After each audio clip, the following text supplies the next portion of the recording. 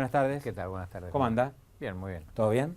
Bueno, Federico, en primer lugar me gustaría charlar un poquito del nuevo índice de inflación. Usted ha sido uno de los que más ha batallado, ¿no? Con el índice de Congreso para que el gobierno finalmente dé a conocer un índice real. ¿Qué opina de este dato que se conoció el viernes con el IPC nacional y urbano? Bueno, me parece que es un índice mucho más cercano a la realidad y que sirve por lo menos para que todos digamos lo que ya sabemos, que es que existe una altísima inflación. Ese índice, si vos lo proyectás, lo que dio el índice oficial, te da una inflación cercana al 50%. Suponiendo que todos los meses tenemos un 3,7, sí, cosa que uno espera que no sea así, ¿no? No, por supuesto, pero si se proyectara para adelante, ¿no? Entonces esto es un número escalofriante y ya llegamos a un punto que es, bueno, tenemos este problema que es la inflación. Es la primera vez que el gobierno lo dice desde 2006, así que es un avance. Claro, por lo menos dejamos de discutir cuál es el índice y esto permite avanzar en relación a los problemas, ¿no? Porque hasta ahora perdíamos el tiempo viendo si la inflación era 10, 20 o 30. Tal cual. Y discutiendo con los funcionarios a ver si alguno reconocía que tenemos una inflación más alta que la que daba el INDEC. Por lo menos esta etapa parecería que la hemos superado y ahora al menos tenemos un termómetro en el que estamos todos de acuerdo, sí. Al menos para enero, ¿no? Porque esto también hay que decirlo. Ahora necesitamos que venga el médico. Digo, ya tenemos el termómetro, ya vamos a tener fiebre, estamos esperando que venga el médico y cómo voy a hacer el tratamiento para que esto baje. Esto en el gobierno, silencio de radio, no dicen nada.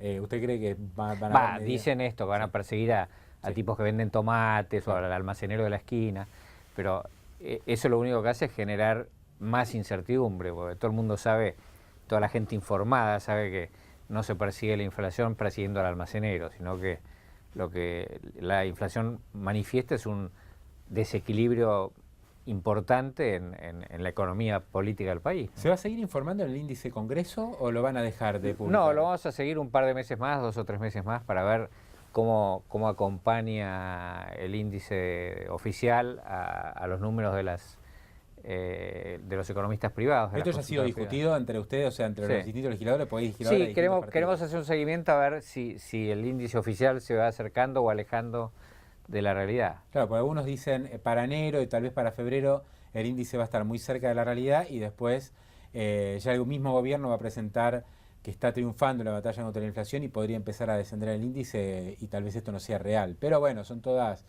más bien elucubraciones. Ojalá que triunfe, digo, ¿no? Nosotros realmente creemos que el gran drama de la Argentina es la inflación, que está pegando ya en el nivel de las familias y entonces es indispensable pasar por la crisis en la que hemos entrado y la única manera de pasar es derrotando la inflación, o por lo menos bajándola sustancialmente, ¿no? El gobierno tuvo que reaccionar muy acorralado, ¿no? En enero, subiendo el dólar oficial de un día para el otro, dejando de lado totalmente el discurso de la presidenta de que no iba a devaluar. También parecería que se quiere dejar de lado el discurso del desendeudamiento, sí. Todo hace apuntar esa dirección. Se subieron las tasas de interés, hubo una absorción muy agresiva de pesos. Ahora se conoció un índice de inflación más cercano, muy cercano a la realidad. ¿Hay un giro por parte del gobierno? Y es un giro imposible de evitar, digamos, ¿no? Ellos han generado muchos desequilibrios y finalmente, como decía el general Perón, la única verdad es la realidad. Entonces, si ellos insisten en hacer como que la realidad no existe, nos van a ir metiendo cada vez en un problema mayor. Hasta ahora no hay ningún plan antiinflacionario, eso es preocupante. Lo que hay es una acción inteligente del presidente del Banco Central, que ha oído a consultores privados supuestamente enemigos de la patria, que le han dicho por qué no va por este lado. Y Sí, porque durante muchos años se criticó, ¿no? A los que hablaban de que el dólar tenía que ser y entonces, estar en un nivel más adecuado, que había que subir un poco las tasas de interés para que no sean tan negativas en términos reales. Tal cual. Bueno, así que el Banco Central está empezando a hacer su tarea. Ahora falta que el gobierno haga su tarea, que tiene mucho que ver con gastar bien la plata de la gente y no gastar mucho más de lo que tienen, porque los que pagan la diferencia es el pueblo en las góndolas, ¿no? Pero vamos a hacer un punteo de algunos temas. Se vienen las sesiones ordinarias en el Congreso. ¿Hay temario? ¿Se va a discutir de algo? ¿El Congreso va a estar casi paralizado por las dificultades del gobierno en obtener quórum y la imposibilidad de la oposición de llevar adelante proyectos propios. El gobierno tiene mayoría en la Cámara de Diputados y en el Senado más mayoría, así que supongo yo que podrá impulsar una agenda. Nosotros tenemos nuestra propia agenda.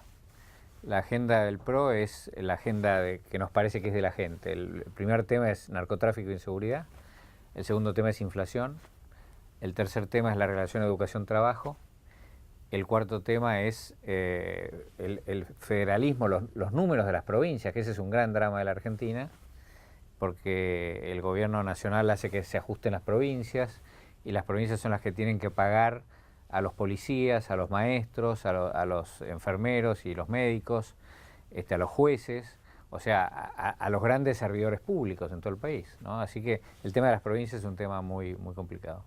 ¿Y esto se va a plantear en...? Estos son los temas del PRO. Sí. Esa es nuestra agenda, nosotros estamos trabajando proactivamente en esa agenda con propuestas y después, bueno, vamos a responder a la agenda del gobierno. Siempre hay dos temas que andan volando ahí, que son el tema del Código Civil, que tiene partes que a mi criterio son bastante malas. Sí, que ya ha sido aprobado. Por No. Bueno, en el Senado fue aprobado, en claro. diputados no.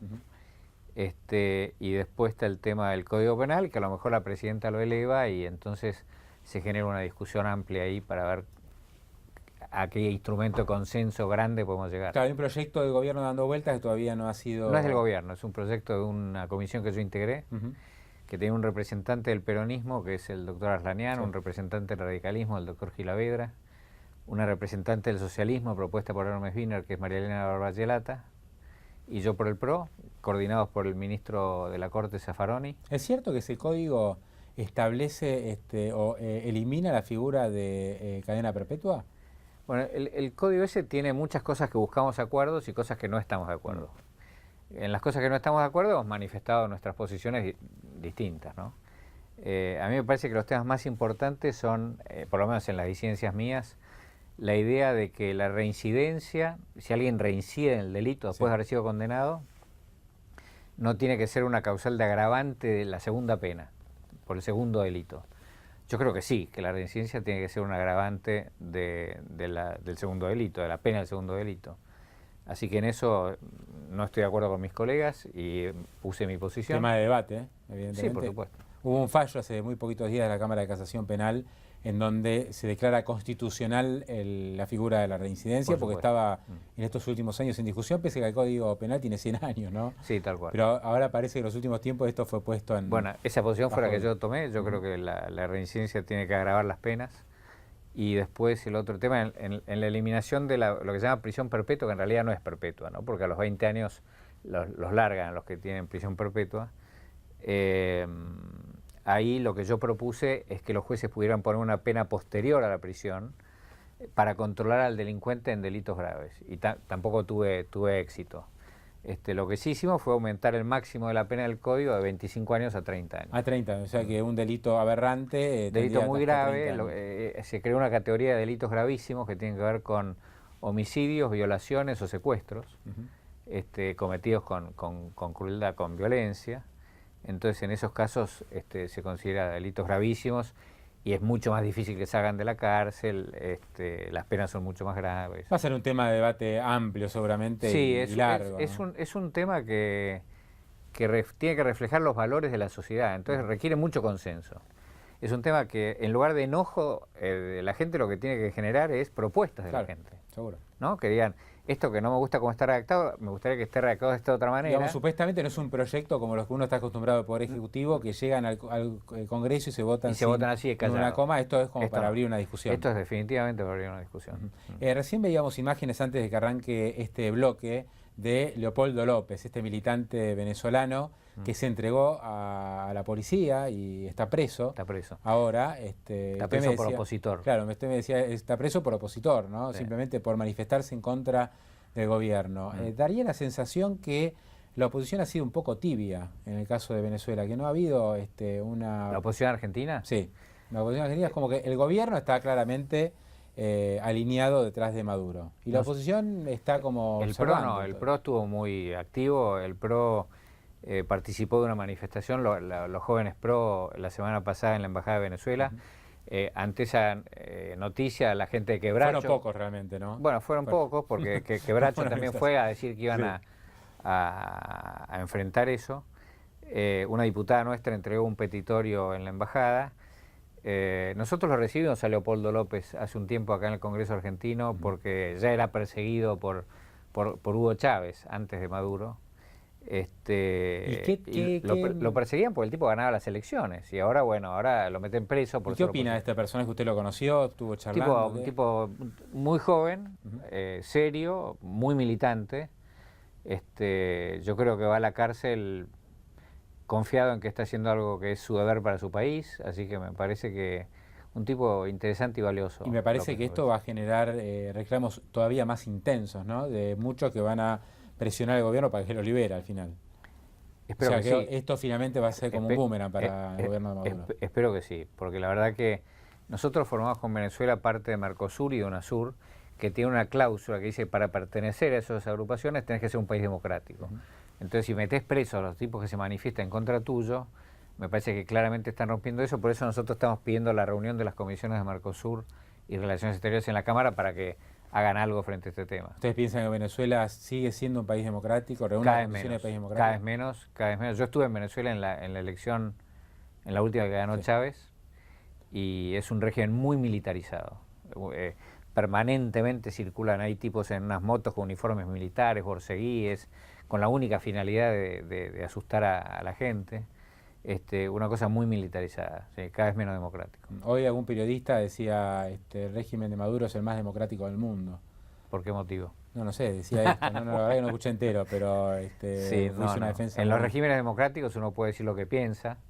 En Venezuela persiguen a la prensa, persiguen a los que dicen lo que piensan, persiguen a los opositores y ahora te meten preso, así que ya están llegando a un punto que es insoportable. Y usted que hace poco estuvo en Venezuela, por ahí tuvo más contacto con la sociedad, ¿cómo cree que termina esta situación? Porque estaba viendo ayer algunas cifras económicas, ¿no? El blue en Venezuela, que es la lechuga verde, cotiza 80, el oficial a 6. Sí, es una 6,30. La brecha en Venezuela. La inflación para este año está prevista en casi el 68%. Sí, era 30 el año pasado. Claro, nosotros 28. No, el año pasado fue 56 ya. El año 56. anterior fue 30, 56 ya estamos en el 70.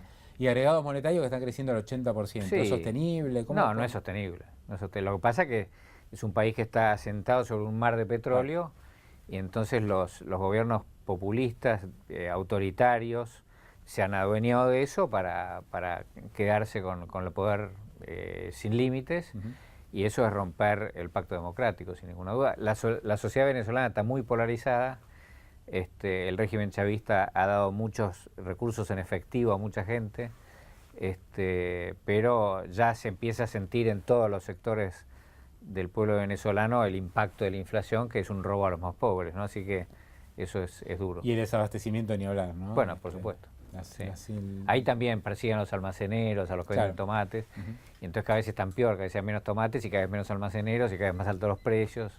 Bueno, un desastre. Bueno, últimos minutos me gustaría hablar un poquito de Mauricio Macri. Hace un par de días veíamos las imágenes de Daniel Scioli, ¿no? En Nueva York, ya casi como probándose el traje de candidato presidencial, aunque no lo dijo, pero haciendo esta gira de rigor por los círculos financieros internacionales, lo cual no me parece mal porque por lo menos, si bien Scioli elogia al gobierno actual, por lo menos muestra ahí un atisbo de un sesgo distinto al presentarse ante inversores, ante organismos multilaterales. Da la sensación que Scioli piensa que, bueno, no hay que cerrarse tanto al mundo, sino que hay que abrirse. ¿Macri también va a realizar alguna gira similar por Wall Street? Macri lo hace siempre, no por Wall Street, pero por el exterior. Tenemos una agenda de relaciones internacionales muy importante en el PRO, con partidos amigos, con países, con los embajadores, con giras. Es muy activa nuestra presencia internacional porque sabemos que el mundo no lo toma como una amenaza para Argentina, sino como una oportunidad para los argentinos. Y entonces tenemos que generar esas relaciones y esa confianza, ¿no? Así que me parece bien que haya algún kirchnerista que por fin haya salido a decir, bueno, vamos a establecer una relación con los sectores que en definitiva nos tienen que comprar lo que nosotros vendemos. ¿Está pensando la ciudad, por ejemplo, hacer alguna emisión de deuda internacional? ¿En su momento la hizo? No, porque la ciudad tiene autorizada una emisión de deuda por la legislatura. ¿Para el mercado local? sí, para el mercado local, pero pueden ser bonos nominados en moneda extranjera también. Y me parece que el cartonero Báez, como le dicen a Mauricio, Maradona le decía, ¿no? Me parece que cree que están muy altas las tasas de la Argentina como para emitir más deuda ahora y está siendo cuidadoso con la plata de la gente. ¿Tiene algún préstamo internacional, tengo entendido, también del BID? Tenemos, la ciudad tiene préstamos anteriores, digamos, con los créditos baratos de organismos, bancos internacionales, bancos de países, digamos. Ahí la verdad que no nos fue bien porque nos tenía que autorizar el gobierno nacional y no nos autorizaba. La autorización. Claro. Así que nos tuvo que endeudar a tasas más altas que las que podríamos habernos endeudado. Pero en las últimas semanas, hablando ya de candidaturas, se empezó a hablar de un Macri acercándose a digamos, lo que es Hermes Wiener, a toda esa coalición de centroizquierda. ¿Hay alguna posibilidad de que se llegue a algún acuerdo de estas características? Digamos, ¿qué es lo que se propuso? Porque fue un poco confuso todo eso. Es un poco confuso porque no se puede hablar del 2015. Tenemos que pasar el 2014, que tiene una crisis económica en el medio. Nadie sabe quién va a quedar vivo del otro lado de la crisis económica del 2014. Entonces hay que cuidar a la gente en este momento, ¿no? Y después ver las candidaturas. Pero lo que nosotros estamos trabajando es para generarle a la Argentina una alternativa de voto, que puedan votar a alguien que sea diferente del sistema político tan frustrante y decadente que hemos tenido en los últimos años, ¿no? Entonces estamos trabajando en una tercera vía que no sea ni meternos en la interna radical ni en la interna del peronismo, generando una alternativa distinta. Eso no quiere decir que no tengamos que hacer acuerdos muy grandes con otros partidos, y de hecho con la oposición, con los socialistas, con los radicales, con los peronistas no kirchneristas, hemos trabajado durante años en el Congreso y lo vamos a seguir haciendo si nos toca gobernar o si no nos toca gobernar. Yo creo que el próximo gobierno es un gobierno de coalición seguramente, donde va a haber que cambiar el paradigma de que el que no piensa como yo es un enemigo de la patria, porque el que no piensa como yo, a ver qué es lo que dice de inteligente para que entre los dos podamos hacer algo mejor para la Argentina. O sea que todo esto quedará para el 2015, o sea, la idea ahora es yo creo que sí, yo creo que lo serio... En pasar el 2014, que va a ser un año, o ya está siendo un año muy duro. Lo serio para un político representativo de la gente es ocuparse de la gente en el 2014 y de las candidaturas en el 2015. Federico Pinedo, un gran gusto por haberlo tenido aquí. A ustedes. Muy amable. Hacemos una pequeña pausa y ya seguimos. Gracias.